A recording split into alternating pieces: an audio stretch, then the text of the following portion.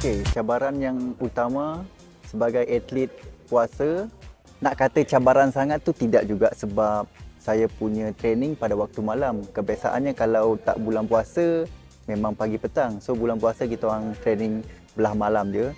Cuma cabaran yang saya hadapi bila training di dalam bulan puasa ni adalah kita kena apa orang cakap rest, kita kena cukup sebab kita balik pun dalam pukul 12 malam. So balik mandi, then take nap and then kita bangun sahur balik lah. So itu cabaran untuk saya lah.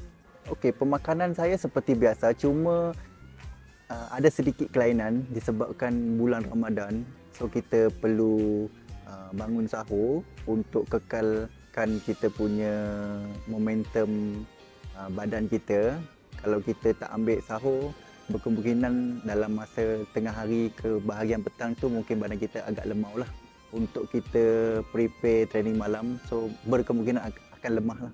Okey, perbezaan yang saya hadapi ketika training di bulan puasa ni adalah bagi saya training belah malam ni agak bagus kerana kita punya recovery sangat cepat sebab waktu malam keadaan cuaca sejuk. Kalau belah siang cuaca panas, so kita punya recovery tu lambat. So malam punya training season semalam ni recovery kita agak cepat lah. Okey, nasihat saya untuk atlet muda untuk kekal sihat. Kalau contoh bulan puasa ni kita memang kena sahur on time. Kalau boleh nak dekat nak habis sahur tu kita makanlah sebab lagi kita lambatkan sahur lebih bagus lah yang saya tahulah. So kalau bulan puasa ni berkemungkinan besar semua atlet yang beragama Islam memang akan training malam. So nasihat saya bila berbuka tu berpada-pada.